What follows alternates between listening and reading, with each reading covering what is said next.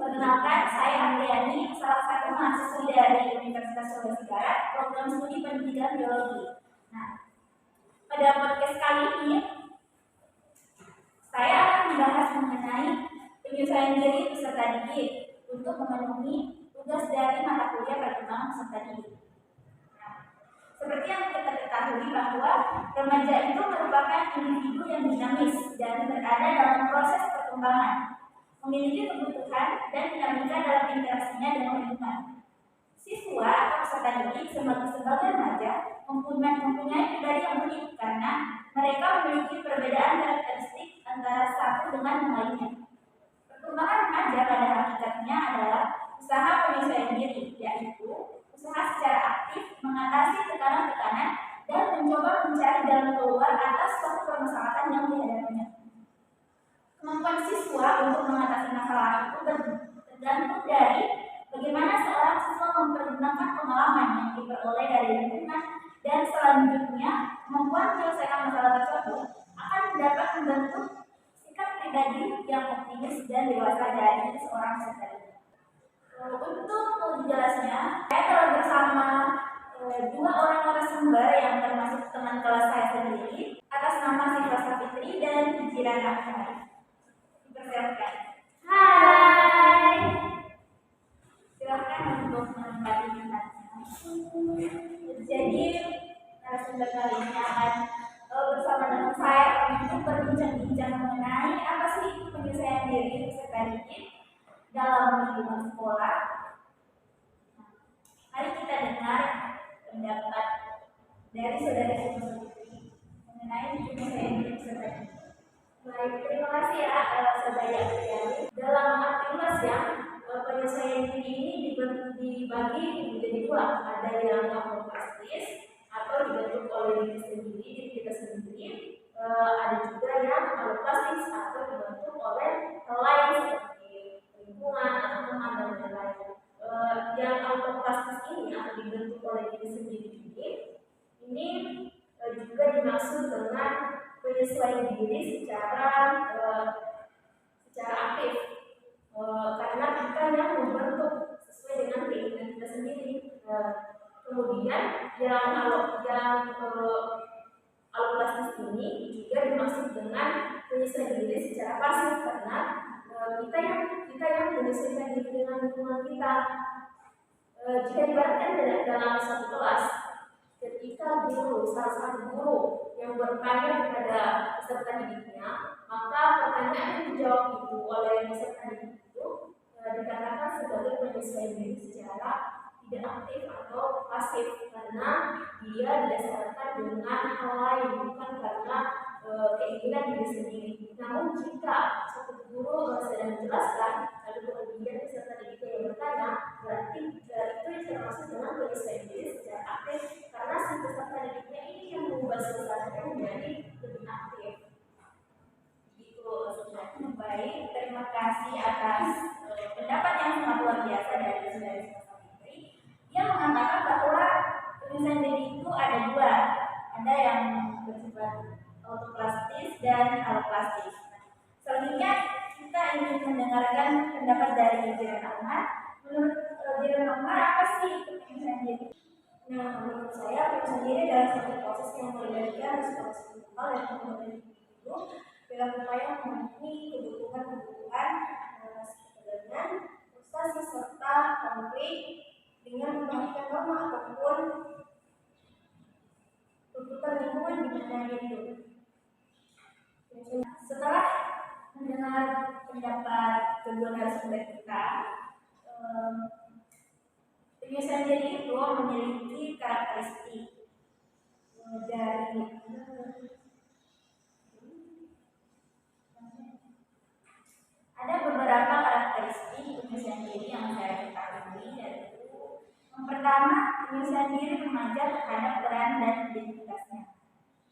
kedua, penyesuaian diri remaja terhadap pendidikan. Yang ketiga, terhadap norma sosial. Yang keempat, terhadap kehidupan seks. Yang kelima, terhadap penggunaan waktu luang. Yang keenam, terhadap penggunaan uang. Dan yang ketujuh, terhadap kecemasan, konflik, dan frustrasi. Jadi, menurut saudari Sinta, bagaimana sih itu penyelesaian diri remaja terhadap peran dan identitasnya? Seperti apa yang dimaksud dalam teks ini? Peran dan identitas penyelesaian diri secara dari peran dan identitas.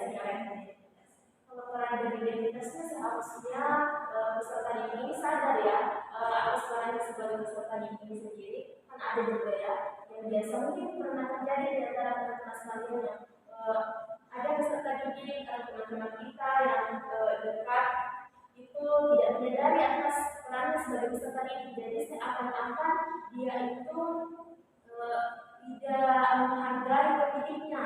Jadi dia tidak karena itu dia tidak menyadari perannya sebagai peserta didik dan malah tidak menghargai pendidiknya. Karena itu karena itu seharusnya dari peserta didik itu sendiri yang harus menyadari akan identitasnya sebagai peserta didik. Di seperti lingkungan sekolah ya, kita ke sekolah itu untuk mencari ilmu yang akan ditransfer oleh peserta pendidik. Jadi kita sebagai peserta didik seharusnya sadar akan posisi kita sebagai peserta didik yang mengharapkan hasil itu dari pendidik. Seharusnya kita sadar bahwa itu adalah itu posisi kita sebagai peserta didik yang harus menghargai orang-orang yang memberikan kita pengetahuan, yang memberikan kita ilmu. Jadi kembali kepada peserta didik. Jadi itu jika ditinjau dari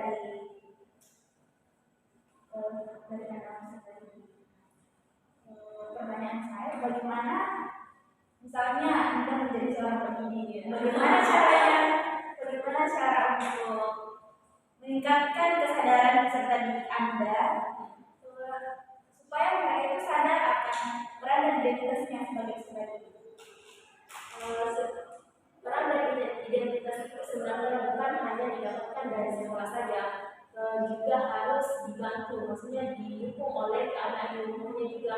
Jika keadaan ilmunya tidak mendukung, lalu dibawa ke suatu tempat pendidikan atau sekolah itu juga agak susah untuk diatur karena kan bertolak belakang antara satu dan yang lain. Namun jika kedua-duanya ini saling bekerja sama, maka akan tercipta penyesuaian diri yang baik untuk peserta didik ini. Di samping itu, karena kan banyak sekali kejadian sekarang orang tuanya pasti sibuk bekerja dan lagi satu malam, sehingga orang tuanya ini seperti mengharapkan anaknya dititipkan di sekolah, dititipkan untuk belajar dengan sepenuhnya dari siang sampai malam tersebut. Dari siang sampai sore tersebut, bahkan ada yang melanjutkan dengan les sehingga agak kurang pengetahuan atau arahan dari orang tuanya. Jadi di situ adalah orang tua juga. Jadi untuk itu ada beberapa faktor yang dapat memunculkan kesadaran peserta didik akan peran dan identitasnya. Nah, menurut saya penjelasan tadi sudah cukup jelas. Selanjutnya saya ingin bertanya kepada saudari Kirana, menurut Anda bagaimana itu penyelesaian diri remaja terhadap pendidikan? Nah, sekarang karakteristik yang kedua itu penyelesaian diri remaja terhadap pendidikan. Seperti yang kita ketahui saat ini, terutama di sekitar kita, banyak sekali remaja yang belum sadar akan pentingnya pendidikan bagi diri mereka. Saya tidak mengatakan bahwa anak laki-laki itu tidak ingin mengenyam pendidikan, namun yang kita lihat saat ini bahwa yang mendominasi sekolah-sekolah itu hanya anak perempuan saja.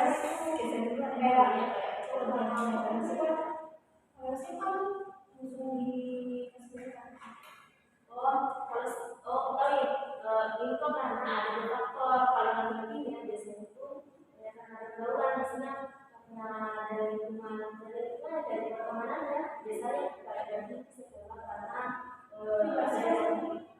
ada yang kerja atau ada juga yang karena salah gaul misalnya kayak seperti ini dan lain-lain. Terus perempuan juga sebenarnya, tapi kalau di dalam lingkungan pembelajaran benar, yang paling banyak mendominasi di kelas itu memang perempuan. Yang paling banyak mendominasi di dalam kelas itu perempuan, berarti agak sedikit ini kaum laki-laki yang bersekolah.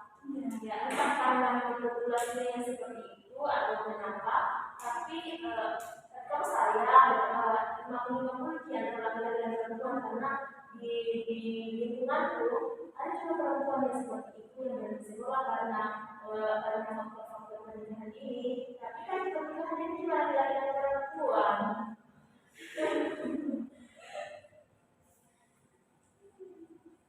Jadi setiap daerah itu memiliki perbedaan. Ya. Jadi kalau yang saya lihat di daerah saya itu, yang banyak berhenti sekolah atau putus sekolah itu adalah anak laki-laki kebanyakan, karena mereka itu lebih memilih bekerja setelah lulus SMP atau SMA. Mereka tidak mau melanjutkan sekolahnya. Seperti itu. Kalau dari dia, kalau itu kembali malahan yang cewek itu ya tidak melanjutkan sekolahnya. Jadi memang di lingkungan kita ini, khususnya di Majena Sulawesi Barat ini, harusnya ditingkatkan rasa percaya diri, rasa penyesuaian diri dengan pendidikan juga. Karena sebagai anak muda, sebagai generasi muda, kita harus sadar akan pentingnya pendidikan yang harus kita tempuh. Jika kita tidak peduli dengan pendidikan, kita menikah di usia ini, itu juga tidak baik dalam hal biologi ya. Seperti yang kita ketahui karena kita juga mahasiswa biologi, itu tidak baik untuk hal-hal di luar dan di dalam diri kita. jadi remaja itu memang perlu ditingkatkan lagi kesadarannya terhadap pentingnya pendidikan bagi diri mereka. Karena kesadaran pendidikan itu dapat didukung oleh beberapa faktor. Yang pertama itu dari keluarga, kemudian dari lingkungan, teman-teman mereka. Mungkin mereka mengikuti yang salah sehingga mereka putus sekolah menjadi sekedar pendidikan. Nah, selanjutnya karakteristik yang ketiga, penyesuaian terhadap kehidupan seks. Seperti yang kita ketahui sekarang, banyak sekali anak-anak yang putus sekolah karena pergaulan bebasnya. Terutama yang saya lihat di daerah saya itu banyak sekali anak-anak, bahkan ada anak SD yang sudah menikah. Ya, di kampung saya itu banyak sekali anak-anaknya dari anak SD yang sudah menikah karena pergaulan bebas. Kebanyakan juga orang itu yang karena di kantor ini pendidikan tentang seks ini seharusnya memang didapatkan dari keluarga. Tapi karena kita masih sistemnya tradisional, jadi kayak hal tabu untuk membahas hal tersebut di usia ini. Jadi kita sekarang memilih pengetahuan tentang misalnya reproduksi dari anak-anak, jadi bisa gunakan atau tempatnya. Jadi menurut saya itu juga ada faktor dari keluarga, misalnya broken home yang dikatakan oleh tadi. Mungkin mereka kurang mendapatkan kasih sayang di rumahnya, jadi mereka mencari kesenangan di luar sana, sehingga terjadilah pergaulan bebas. Tapi juga harus juga teman-temannya, karena dari teman-teman seperti apa teman-temannya. Bisa jadi kita memilih teman-teman yang baik atau buruk itu tergantung juga dari teman-teman kita. Kita bisa lewat jalan yang baik atau buruk itu tergantung dari teman-teman kita. Kalau teman-teman kita selalu melakukan hal-hal yang buruk, bisa jadi kan kita tergoda jika hal-hal yang baik ya itu positif untuk kehidupan kita selanjutnya. Jadi orang tua juga berperan dalam hal itu untuk memantau perkembangan siklus perkembangan dari anaknya.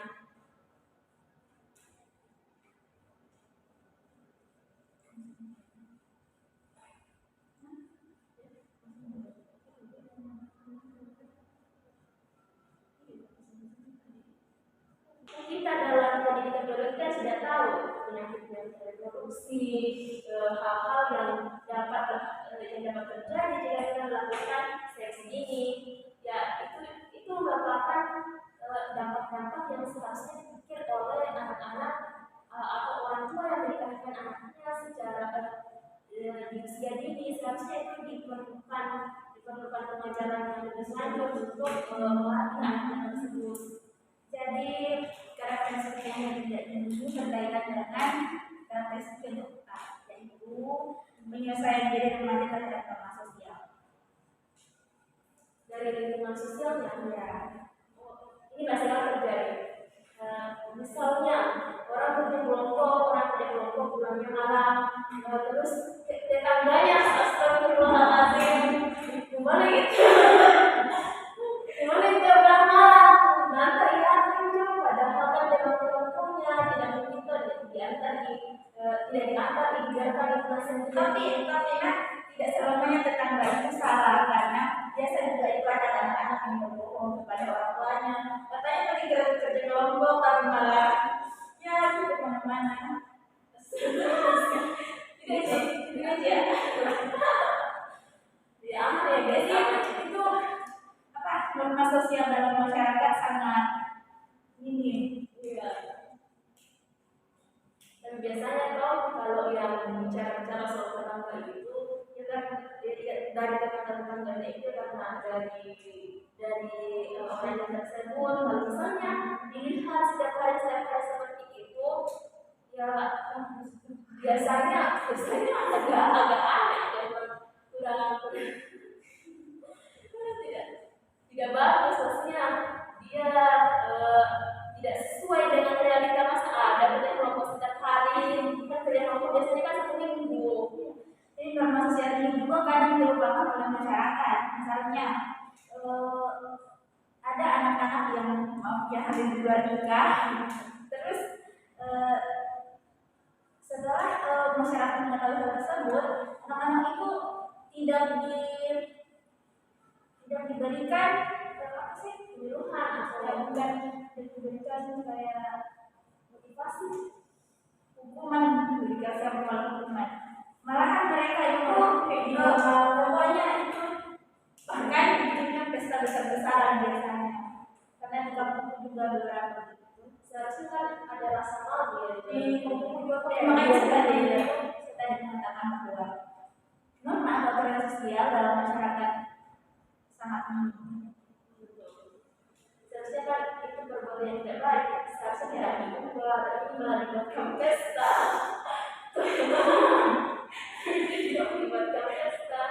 Menurut saya itu salah satu yang harus dievaluasi lagi dalam masyarakat. Dan bagaimana pernikahan dini? Karena kan usianya belum sampai. Iya, jadi daftarnya di kebanyakan yang saya lihat itu mereka tidak melaporkan pernikahannya kepada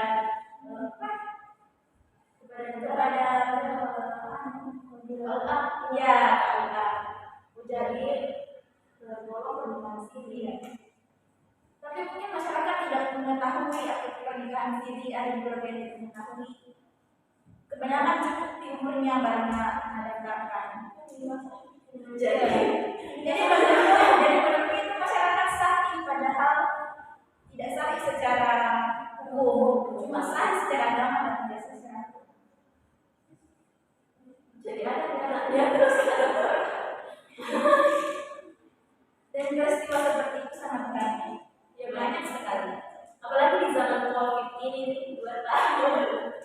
Itu banyak sekali pernikahan dini di Indonesia. Tidak jauh-jauh di lingkungan saya juga dalam tahun ini sudah berapa yang menikah dini. Jadi saya Nah, oke.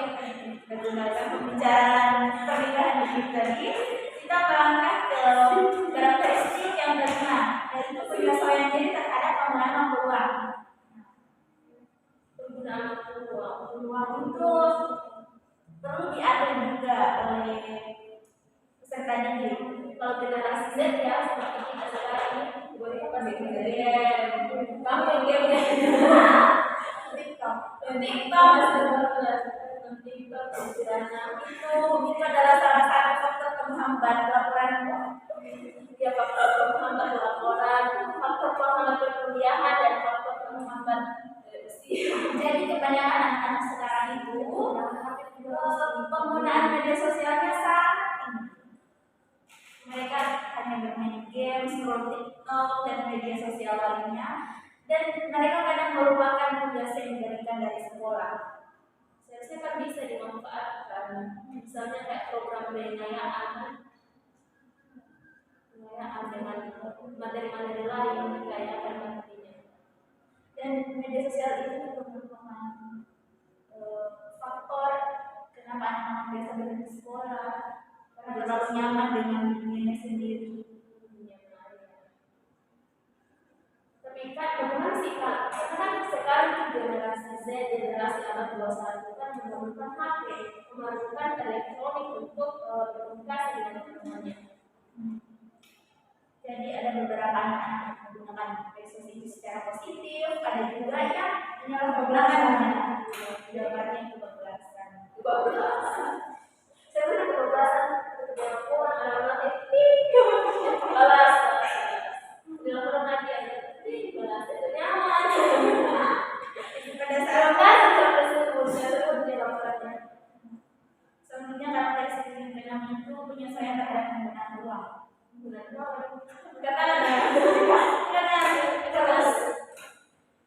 Gimana kita dibahas dulu karena saya juga ingin butuh motivasi dengan penggunaan uang. Kan ada kan dari saya sendiri gunakan ya. Saya pegang uang, misalnya jalan satu minggu, misalnya kan 200.000 ya satu minggu. Seharusnya itu bisa untuk beli buku, saya beli tugas, bisa beli tugas, bisa menjadi juga dan lain-lain, keperluan pulpen, pensil. Tapi dalam 3 hari sudah habis karena skincare. Jadi memang penggunaan uang itu merupakan satu hal yang tergolong cukup sulit untuk dilakukan. Apalagi kita yang mahasiswa, susah pasti karena dari pagi kita di kuliah di lingkungan kampus sampai sore dan lapar, jadi harus belanja di sini. Jadi pengeluarannya bertambah lagi. Tapi ada juga teman-teman yang bisa. contohnya saya Bisa berhemat. Jadi saya butuh motivasi dari hari ini untuk menghemat uang. jadi penggunaan uang itu atau pengelolaan uang dari kesadaran diri sendiri. Pikirkan, jangan membuang-buang uang untuk hal yang tidak berguna. Kemudian pikirkan juga dari siapa yang memberikan uang. Kalau bisa utamakan dulu hal yang sangat penting, yang benar-benar penting. Kan skincare masih bisa ditunda juga, saya nggak pakai skincare ya kan.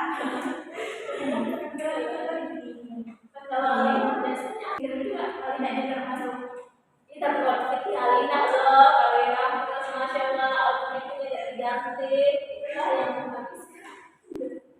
Oke. Sekarang karakteristik yang terakhir, penyesuaian diri terhadap kecemasan, konflik, dan frustasi. Kalau saya Dalam keluarga, kalau dalam kecemasan, konflik, dan frustasi, ya bisa itu juga bisa dipicu dari keluarga. kalau dalam dunia pendidikan itu kecemasan biasanya ada yang tugas. Kalau dalam pembelajaran, kecemasan, ada beberapa anak yang introvert, terus tidak percaya diri dengan temannya karena merasa dirinya kurang. Tapi ada juga yang cemas atau merasa sama dosennya karena kan dosennya galak. Saya tapi sekarang sudah bisa menyelesaikan diri, itulah pentingnya menyelesaikan diri kawan-kawan. Jadi menurut saya pribadi, kecemasan saya itu saya malu dengan teman-teman saya yang sangat pandai berpublic speaking rasakan dalam hal itu? Kalau saya, kecemasan saya itu dalam hal deadline tugas ya. Jadi mau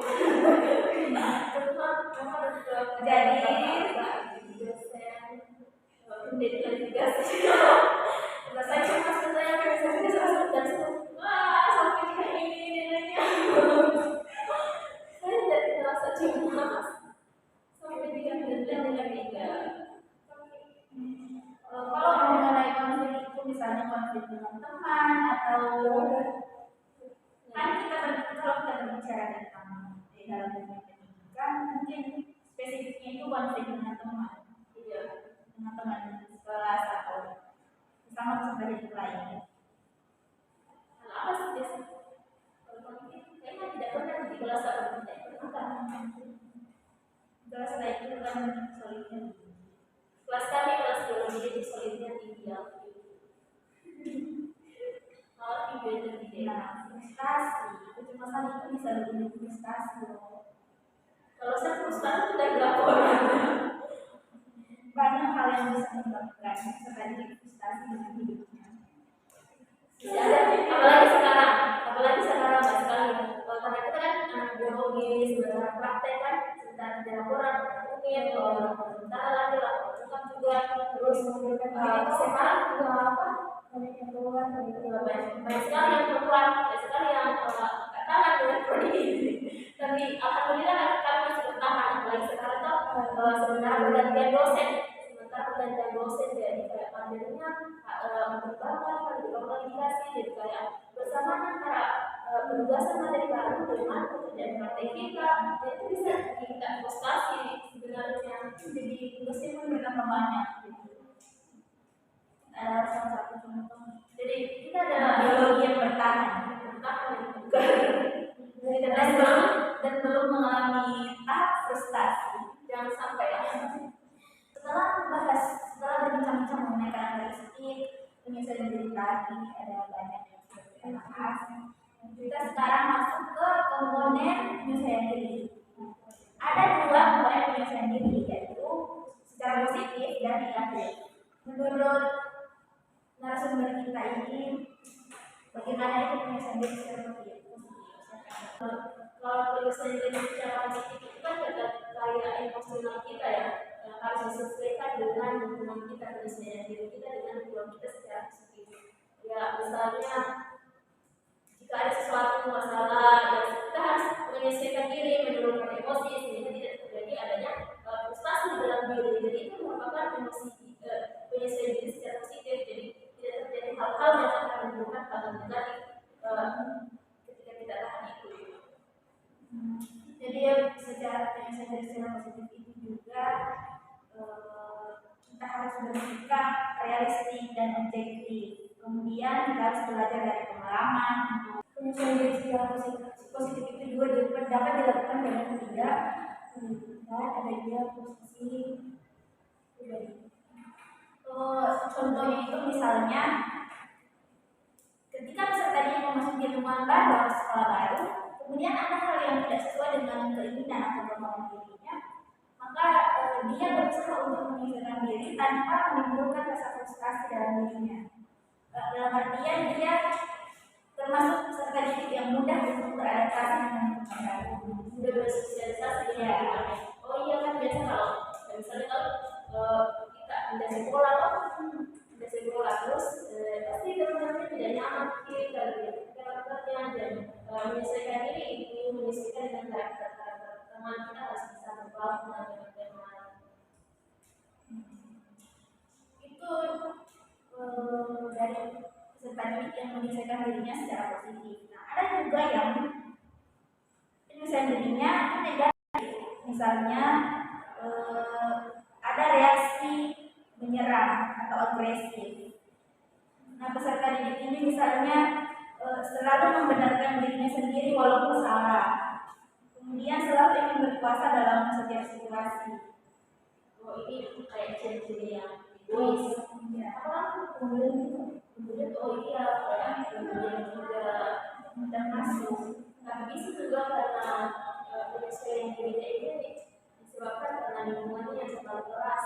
Kemudian itu kemudian kayak suka suka menggertak baik ucapan maupun perbuatannya. Kemudian orang seperti ini senang jika mengganggu orang lain. Tapi kalau dalam dunia perkampusan seperti ini, kalau saya sudah ini ya, mungkin karena sudah ada kedewasaan, bahkan tidak ada Kalau di daerah itu mungkin juga, tapi kalau di daerah di Makassar itu sebanyak kemudian seperti itu. sudah sebanyak senioritas. Dan kalau di SMA itu masih ada Artinya terlihat karena saking minimnya di tahun bilang negatif juga bisa timbul reaksi melarikan diri. Misalnya suka berfantasi sendiri untuk memuaskan keinginan yang tidak tercapai atau berangan-angan seolah-olah sudah tercapai. Kemudian mereka itu banyak tidur, suka minuman keras, merokok,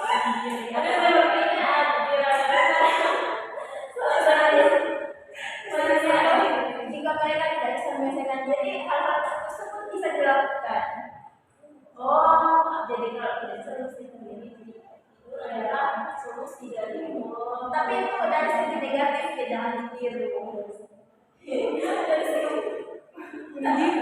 bahkan bisa bunuh diri. banyak kasus dalam banyak kasus bunuh diri mereka sudah stres. Apalagi yang kayak di Korea Nah, kalau saya dapatnya itu dari Jepang banyak sekali karena memang pendidikan yang bagus di sana, tapi tidak tertekan. Jadi ada banyak masalah memang yang terjadi dalam pendidikan. Kan penyelesaian dari itu tidak hanya satu pihak, misalnya dalam menyelesaikan diri dengan teman, dengan mata pelajaran, dengan gurunya, dan dengan lingkungannya. Kemudian ada juga beberapa faktor yang mempengaruhi proses penyelesaian diri peserta didik tersebut. Misalnya dari kondisi jasmaninya, dari psikologisnya, kemudian dari permasalahan dari orang tuanya juga.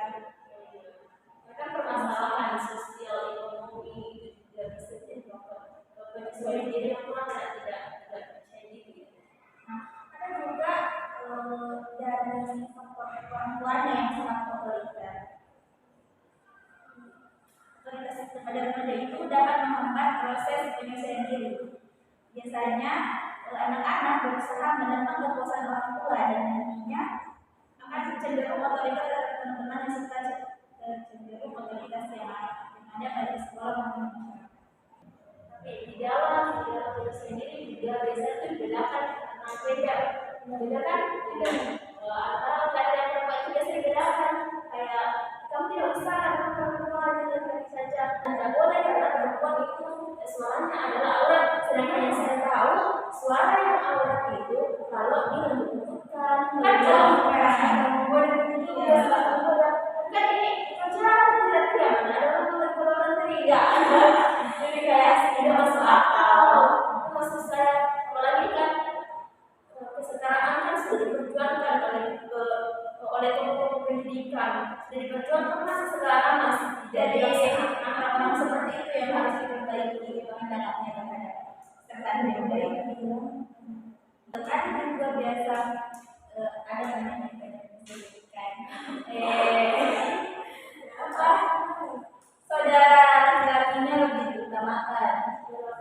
Ya, misalnya pokoknya itu saudara laki-lakinya diutamakan untuk mengenyam pendidikan yang baik, sedangkan dia cukan oleh orang tuanya.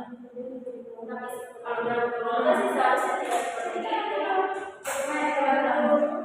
Kenapa? Kan satunya di cowok, ya dan itu selalu diutamakan dari saya.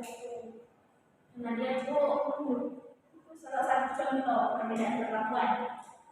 berarti itu dari orang tuanya, kurangnya pendidikan dan pengetahuan tentang pentingnya kesetaraan gender. Dan itu bukanlah Hal yang positif ya, karena perempuan dan laki-laki itu mempunyai kesempatan yang sama dalam pendidikan. tapi kan ada yang katanya